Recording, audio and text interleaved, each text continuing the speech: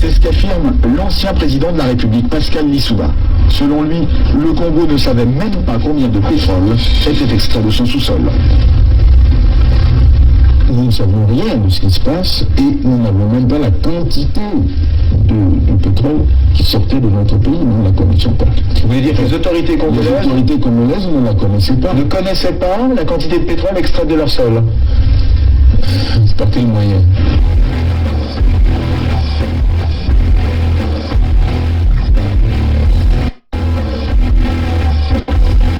Une seconde chose, c'est qu'une grande partie de l'argent qui est dans notre porte-monnaie vient précisément de l'exploitation depuis des siècles de l'Afrique, pas uniquement, mais beaucoup viennent de l'exploitation de l'Afrique.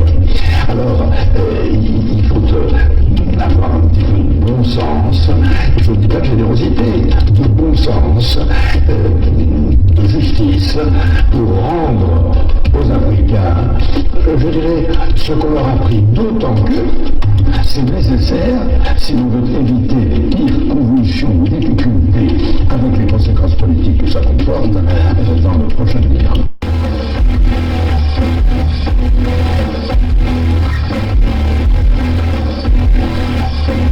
Et un pétrolier de 100 000 tonnes, cela représente près de 100 millions de francs qui échappent aux caisses du pays. On appelle ça une cargaison fantôme. Interrogé sur la question, Loïc Lefebvre-Préjean ne dément pas qu'il y en ait une. Il y a des cargaisons qui sont produites et qui n'ont jamais été officiellement. Donc c'est des choses qui sont arrivées, bien sûr, dans le passé.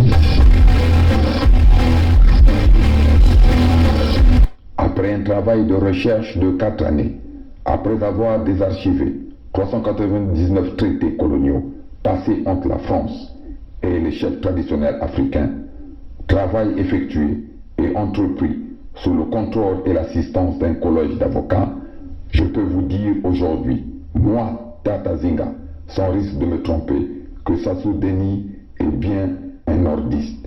Oui, un nordiste, mais un nordiste béninois, car né à Edo, qui est une localité située au nord du Bénin, donc dans le sud du Nigeria.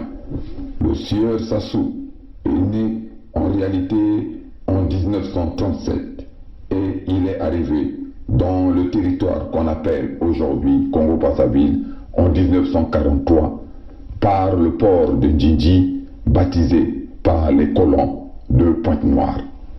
Sassou Deni a donc la nationalité congolaise, nationalité que nous savons a été voulue par la France comme celles et ceux qui peuplent le territoire appelé Congo-Brazzaville. Mais il est, à dire vrai, béninois.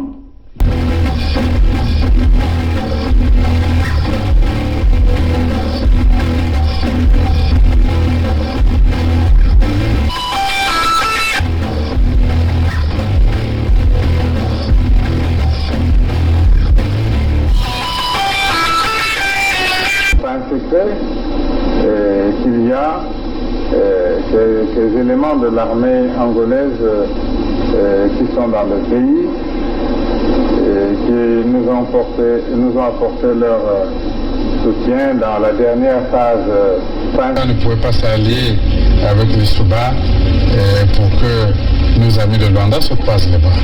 Donc nous avons obtenu un appui matériel de Luanda qui nous a permis d'aller vers la fin de la guerre. Mais je dois dire que cet appui, nous l'avons obtenu début octobre 1997, mais la guerre avait commencé le 5 juin 1997. Et les armes venaient d'où alors? Comment elles étaient acheminées? Ah, ça, il y a les airs, il y a les mers, il y a les routes. Pour partir de Luanda au Congo, je crois qu'on n'a pas besoin d'un miracle, non? C'est un grand État qui a des avions, qui a des bateaux, comment puis-je vous dire? Par quel chemin seraient passées ces armes pour arriver? Ben, ils sont arrivés.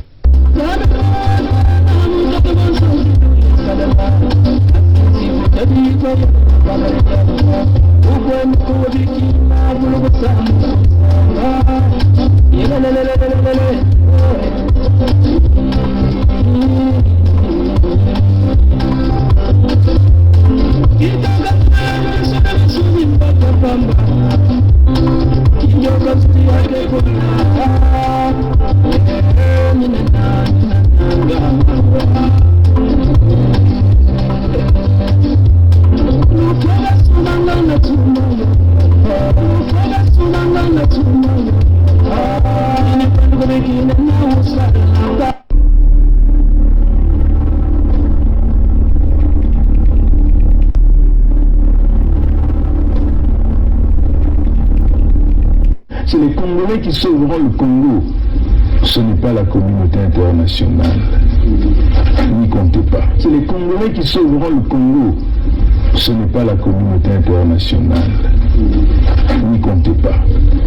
I am not come here to battle and to struggle. I came here to help my country to develop themselves.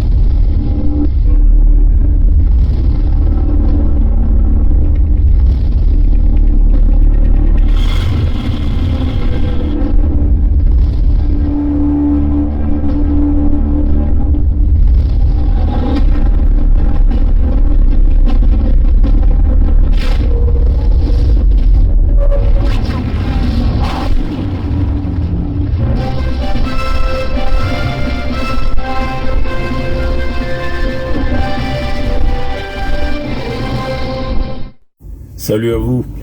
Bonjour, comment allez-vous? Nous ici ça va très bien. Par la grâce de Dieu.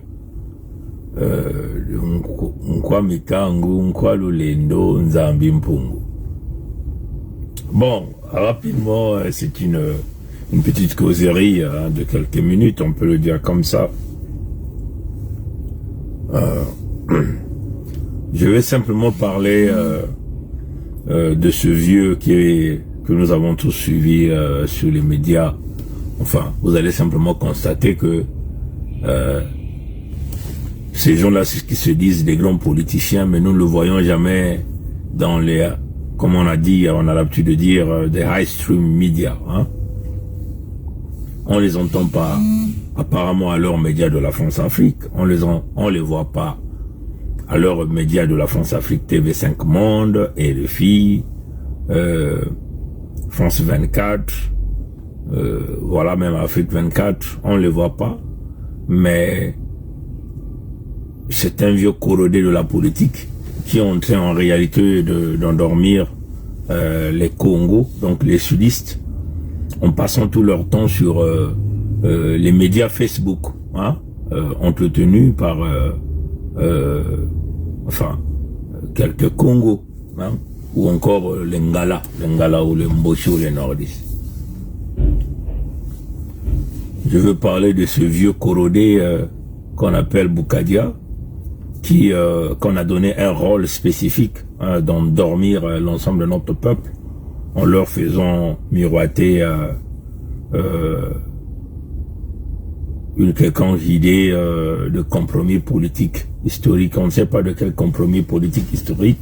C'est un compromis politique certainement de la sorcellerie. Tous ces vieux-là ont échoué. Hein? Et quand vous le voyez, quand vous le suivez, il dit il aime les Congolais. Hein? C'est-à-dire qu'il vous aime vous. Bon, s'il vous aimait, il n'allait pas convoyer les armes de Sassou en 1997. Les armes qui ont massacré les Congos. Les armes qu'on a utilisées contre les Congos. Comprenez? Aujourd'hui, si nous sommes dans ce chaos, c'est parce qu'il y a eu des gens comme des Boukadia qui sont allés s'aligner après avec les Mboshi. Malheureusement, qu'il a été niqué après par les nordistes. Et le même gars, spécialiste de sauvegarder Sassou, hein, vous vous souvenez déjà, il est passé sur un média, il a dit clairement qu'il a sauvé la vie Mboshi béninois Mathurin 2 fois. Hein. Donc là, il veut encore vouloir sauvegarder le Mboshi de Denis Mathurin. Moi, je l'ai suivi sur... il a passé l'interview. Enfin, c'est très regrettable d'entendre ça de lui. Il vous dit qu'il aimait les Congolais. Qu'il vous aimait, vous, qui êtes dans le pont de Monium. Mais par contre, s'il vous aimait réellement, il n'allait pas comploter avec les nordistes pour exterminer les peuples Congo en 1997. Comprenez ça, chers amis. Donc, en plus, il y a une question qu'on lui a posée. On lui a dit, c'était quoi sa religion? Il disait sa religion, c'était la République.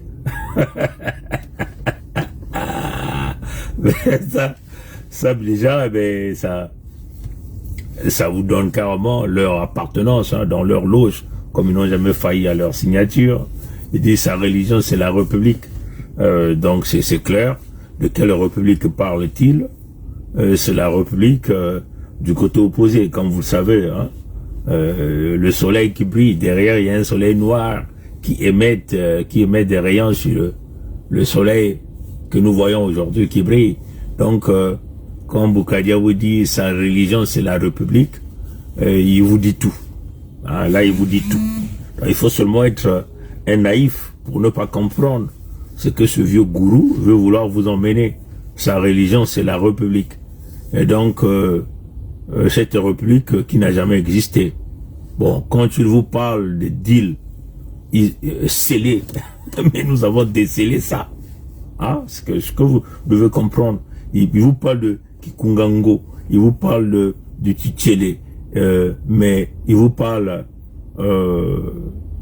comment on appelle, de Youlou, il vous parle aussi de, comment on appelle,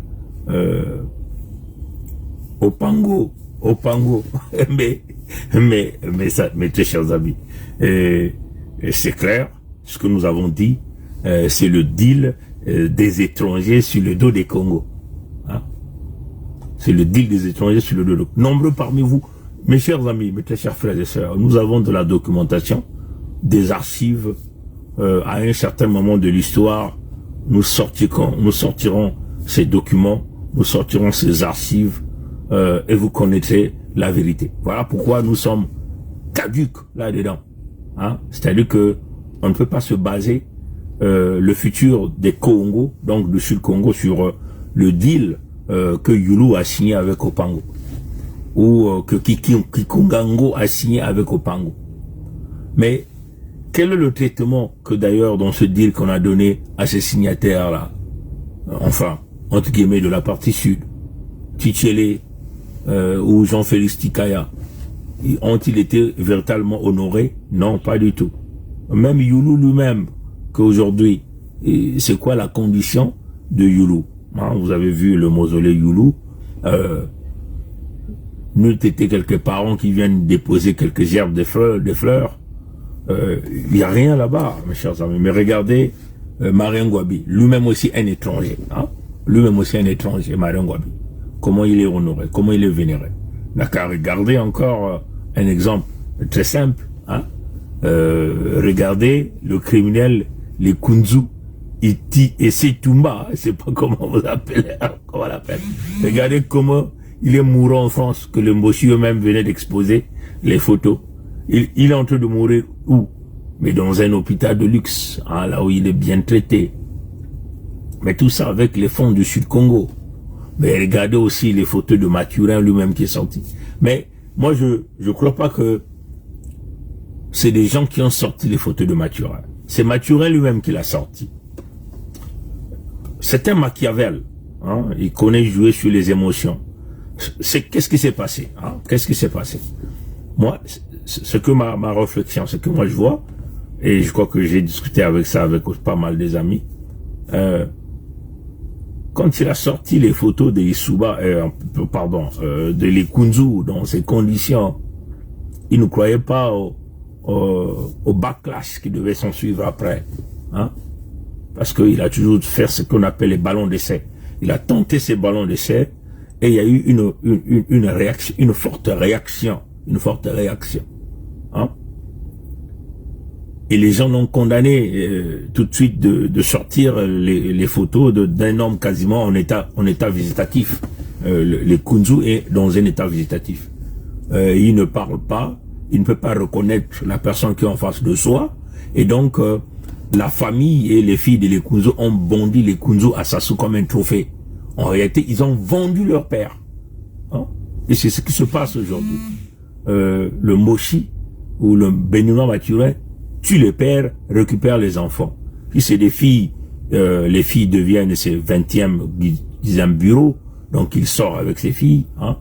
C'est comme un peu la famille, les Kunzu aujourd'hui. Il vient donc, ça c'est juste une parenthèse que j'ouvre, hein? Les enfants de les Kunzu ont donné leur père en gâteau. Parce que les Kunzu de son vivant, même quand il était malade, Maturin venait sur la place de Paris.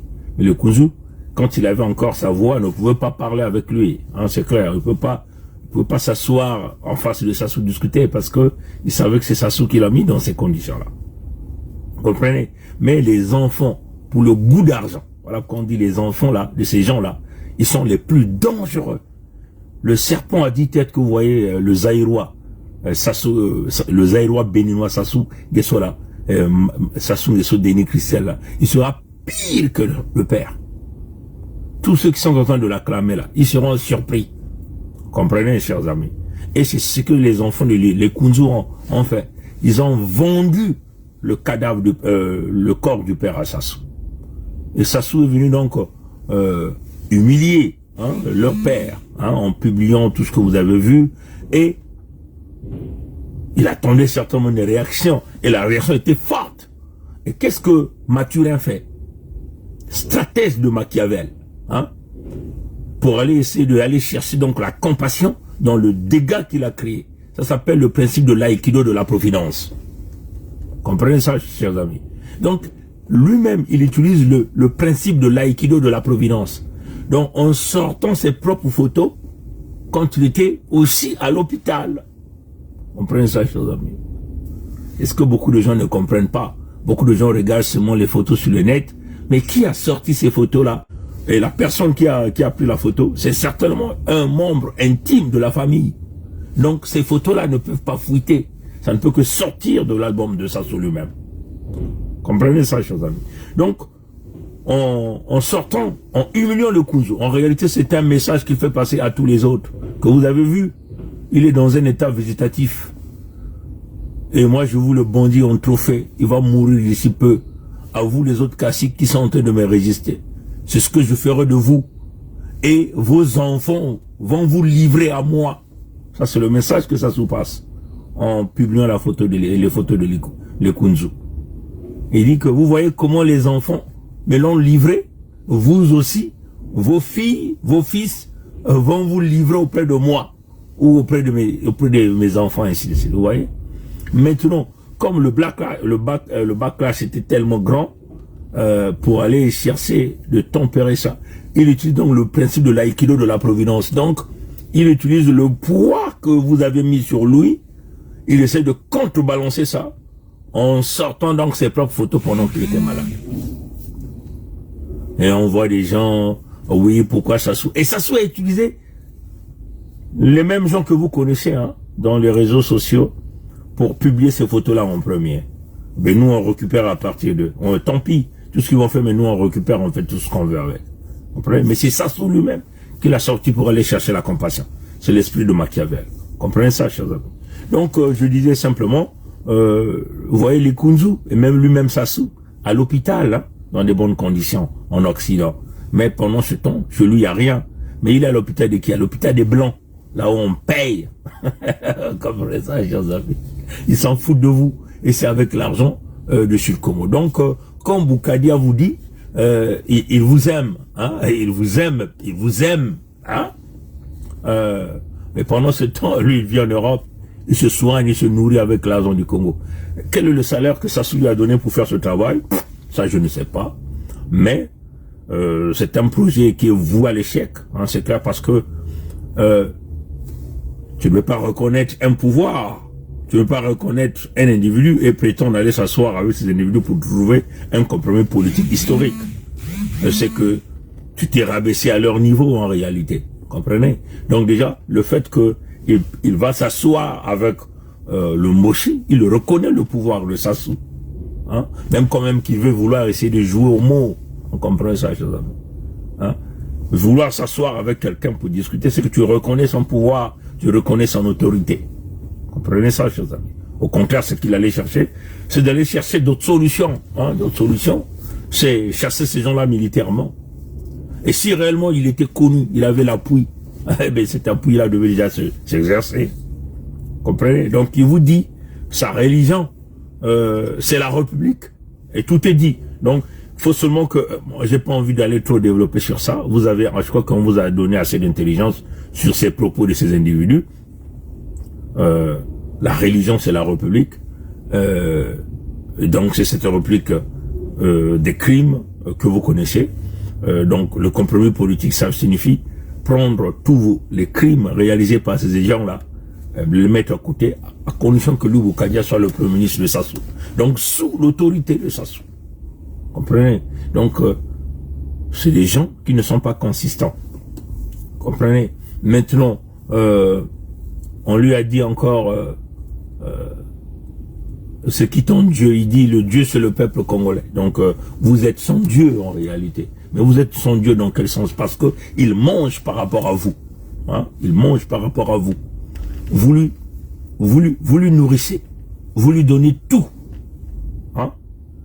Donc, en réalité, vos souffrances, vos malheurs, en réalité, fait son bonheur à lui. Parce que vous êtes son Dieu. Parce que Boukadia vous dit. Son Dieu, c'est le peuple congolais avec ses... Donc, vous qui êtes dans le pont de Moniam. Donc, votre souffrance fait son bonheur. Vous lui donnez tout ce qu'il a là, c'est à cause de vous. Hein, comprenez ça, chers amis. Donc, on ne peut pas continuer à marcher avec le même logiciel tout le temps. Il va falloir que nous soyons forts. Ces gens-là ne vous apporteront rien. Rien. N'a qu'à regarder. Hein. Si vous êtes, vous essayez de regarder au sein même de cette diaspora, au sein même des partis politiques, la politique qu'ils font, c'est la politique des discours. Hein. La politique des discours. Ils n'ont jamais sorti un document écrit noir sur blanc. Pourquoi? Parce que ils savent que vous allez les avoir à partir de ce document-là. Hein, parce que tout le temps, vous irez sortir le document. Hein. Vous voyez, aujourd'hui, tous nous arrivons à avoir ça par rapport au professeur Mouébara, parce qu'il avait écrit, à cette époque-là, on peut peut-être dire qu'il était naïf. Parce qu'il donnait les ordres par écrit. Mais là, il a compris. Sassou ne donne plus les ordres par écrit. Il le donne de bouche en bouche par les intermédiaires. Donc il dit à un membre proche, et un membre proche va dire à quelqu'un d'autre de bouche en bouche pour ne pas laisser les traces. Comprenez? Aujourd'hui, il regrette amèrement d'avoir rédigé l'opération Mouébara noir sur blanc et le signer.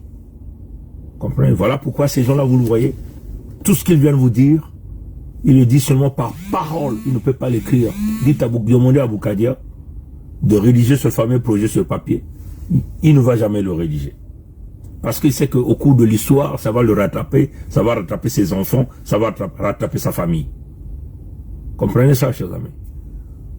Donc, tous ceux qui sont en train de nous endormir là, voilà pourquoi, dans le contexte de la fédération, nous mettons le tout sur écrit, parce que ce qui est écrit est scellé. Le deal Youlou, hein, le fameux deal dont il vous parle, de Opango, le deal dont il vous parle, de Youlou, le deal dont il vous parle, de Kikungango, ou de Tchitchélé, est-ce que c'est écrit? Est-ce que ce deal a été écrit? À ma connaissance, non. À moins que s'il y a des anciens qui me disent que oui, il y a des documents qui ont été signés. Mais à ma connaissance, non. Si ce document-là avait été rédigé, signé, nous en sommes sûrs que on aurait déjà vu ce document-là dans les livres, la plupart des livres qui parlent du chaos, même de l'histoire de l'entité Congo avec ça. Donc, ce sont des deals qu'ils ont réalisés par parole. Par parole. Par parole. Comprenez ça, chers amis? Et même là, quand ils ont réalisé le deal par écrit, par exemple le deal de la conférence nationale souveraine, par les actes de la conférence nationale souveraine, qu'est-ce qu'ils ont fait? Ils ont brûlé ces deals-là après. Parce qu'ils n'ont pas voulu laisser les traces. Si quelqu'un vous dit aujourd'hui où se retrouvent tous les actes signés à la conférence nationale souveraine, certains vous diront que ça est dans le journal de la République. Dans la République unité indivisible de l'entité Congo avec C. Si vous allez dans ce journal-là, vous allez voir les archives ont été détruites. Comprenez? Pourquoi ces gens-là détruisent les archives? Vous allez voir quelques documents pêle-mêle. Quelques individus détiennent un document là, par-ci, par-là. Ils prennent la peine de détruire tous les documents pour ne pas laisser les traces. Comprenez ça, chers? Comment pouvez-vous expliquer que la conférence nationale souveraine s'est déroulée en 1991 et à ce jour-là, il n'y a pas un bouquin qui retrace tout le contenu, tout ce qui a été dit, tout ce qui a été signé à cette conférence nationale souveraine? C'est parce qu'ils sont dans le deal toujours de Yulu et Opango. Le deal de bouche en bouche, ou le deal si le document, on le détruit le document après l'avoir signé. Comprenez? Parce qu'ils ont peur de laisser les traces. Or, un véritable deal, c'est celui qui est scellé, c'est celui qui est écrit et documenté, que tout le monde peut aller regarder. Comme un peu les accords signés par nos ancêtres en 1883 avec les Européens. Ça, c'est répertorié. Et c'est ce que nous avons cassé. Parce que ça, c'était écrit. Et nous avons fait une alliance dans le contexte de la fédération. En créant le nouveau pays, on a signé ça avec nos noms. Et le document est en train de circuler à travers le monde entier. Comprenez ça, chers amis? Donc, vous dites à Boukadia, c'est quoi le projet? Il sera incapable de l'écrire. Moi, j'ai vu la fameuse correspondance qu'il a adressée qu'il a adressée aux politiques, la fausse politique, les fausses églises, pour les appeler au rassemblement autour de son idée. Mais si vous voyez même le contenu de ce document, mais il est trop, de cette page, Mais ces gens-là, il y a quelque chose qui ne va pas dans leur tête. Très mal rédigé, du point de vue même de forme, même dans le contenu. Vous voyez le document déjà, cette page-là, déjà, quand vous voyez ça, mais c'est un chiffon. On voit les choses, amis. Ça montre quoi? Ils sont pas sérieux dans tout ce qu'ils font. Ils ne prennent pas le temps de mettre vraiment déjà de représenter, de bien présenter le document. Ils sont pas sérieux. Comprenez ça, chers amis. C'est des gens qui fonctionnent par spontanéité, Ils sont spontanés. Comprenez? Ils se réveillent, je dois faire ça. Ils se mettent à rédiger, ils publient. Comprenez ça, chers amis. Mais le document, il faut les écrire convenablement, prendre tout le temps de le structurer, de regarder et de présenter le document au public quand même. Certains documents que vous mettez sur le net, c'est des millions de gens qui vont rencontrer ce document. Donc vous n'allez pas s'amuser là-dessus. Comprenez ça, chers amis. Donc ces gens-là ne sont pas sérieux. Ils ne seront jamais sérieux. À son âge là, il va encore vous apporter quoi? Comprenez? Bon, maintenant rapidement je rentre dans l'affaire Makomé. Vous comprenez avec nous jusqu'à aujourd'hui, le Quai d'Orsay n'a jamais communiqué, ni aucun communiqué du palais de l'Élysée, du Quai d'Orsay, même de l'ambassade de France à Kinshasa. Curieux. Mais nous pensons que si c'était un blanc, un Français blanc, tous les médias de la France-Afrique devaient déjà parler de ça. Quasiment, ça allait être comme ça devait passer sous forme de boucle, là. Et RFI devait en parler tout le temps. France 24, et il devait y avoir un communiqué du palais de l'Élysée, parce que c'est un Français qui a été kidnappé, qu'on a placé dans les locaux. Comprenez ça, chers amis? Et ce qui est encore très, très dangereux, c'est que celui qui les avait invités, le Ngobila, là, le gouverneur de la ville de Kinshasa, il s'en fout éperdument. C'est-à-dire que l'homme est dans son état de quiétude et tout, alors que c'est lui qui l'a invité là-bas. On comprend? Donc si quelque chose arrivait à Makomé, ça sera d'abord l'homme numéro 1, Ngobila. C'est lui qui est le garant de la présence de Makomé en République démocratique du Congo. Comprenez ça, chers amis? Donc, Ngobila là, ça je vais dire ça aux amis. Coupez cette section-là, envoyez ça à Ngobila. il va jouer peut-être au petit caïd à Kinshasa. Mais quand il sortira en dehors de Kinshasa, il ne sera plus caïd. Parce que là, il fera face à nous, les Congos. Parce que il a livré un fils Congo auprès des ennemis. Bon, Ngobila, là, c'est l'ami de qui? De Sassou Nguesso Christelle Denis. Vous comprenez? C'est là où on dit, Marcel Makome a été piégé, mais comme il aimait l'argent, il est allé lui-même dans la gueule de loup à cause de l'argent. Mais cela ne nous permet pas aussi de se battre pour lui, pour voir l'intention manifeste des Moshi, des Nordistes, ou des étrangers de vouloir nous exterminer, les enfants Congo.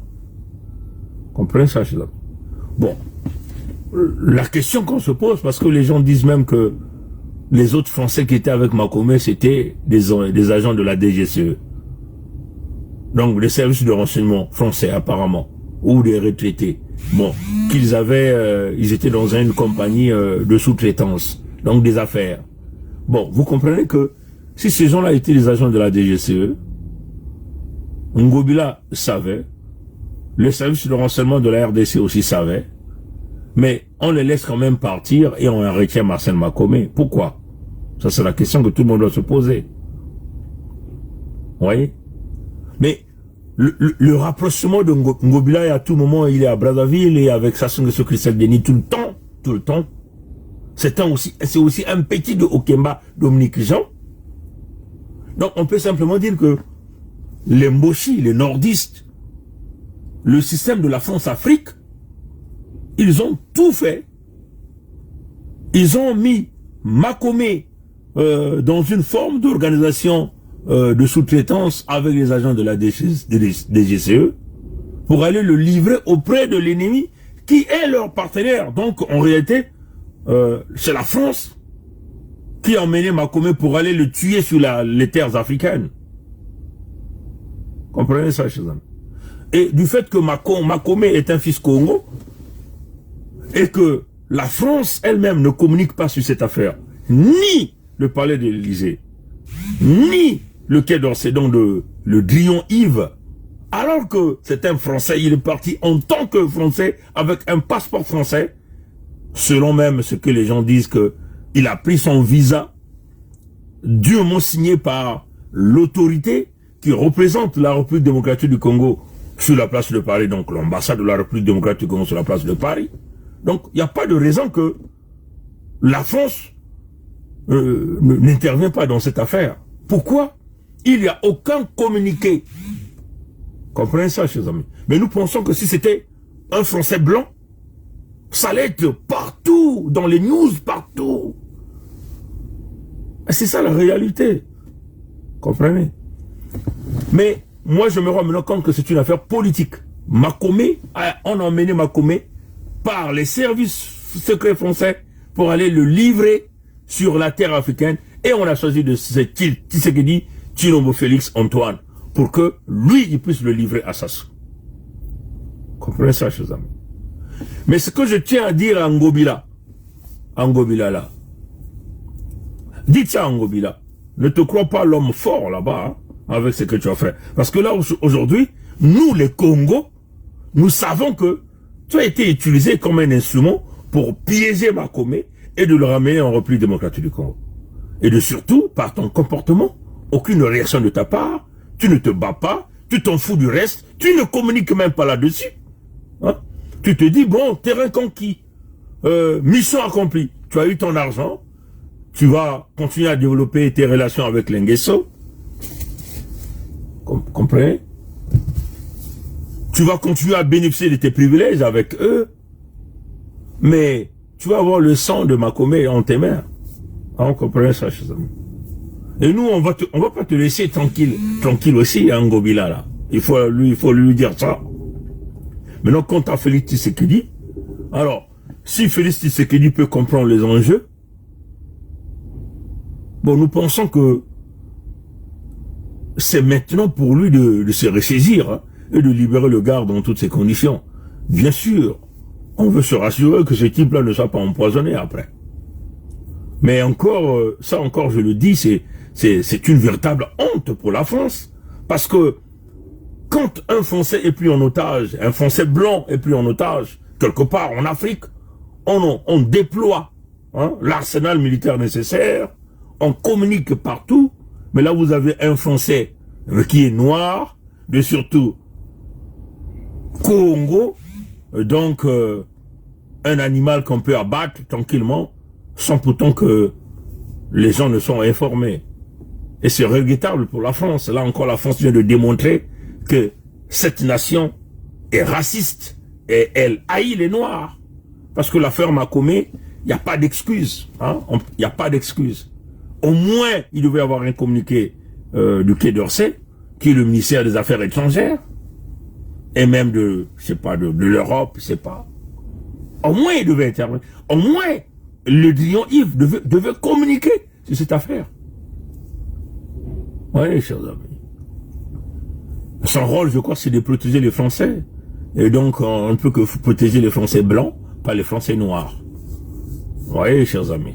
Donc, nous devons vraiment interpeller la France sur cette mauvaise façon de faire. Bon, nous savons que nous sommes haïs. Les Français nous détestent, nous, les Congos. Mais c'est aussi à nous de se battre pour les nôtres. Après, donc, l'affaire Makomé, moi, je le dis, ce Ngobila, là, qui est le gouverneur de Kinshasa, ne crois pas que tu as gagné la bataille. Ne crois pas que, mission accomplie, tu es allé livrer un fils Congo auprès des ennemis pour qu'on puisse la battre et que toi, tu vas vivre paisiblement, tu vas voyager, toi et tes enfants partout, et nous, les Congos, on va te voir voyager, on va te voir passer dans toutes les ruelles, on va te voir laisser passer, si jamais la vie de Makomé est en danger. Parce que c'est ta responsabilité. Tu devais te rassurer que ton hôte est arrivé et que ton hôte est reparti dans toutes les conditions.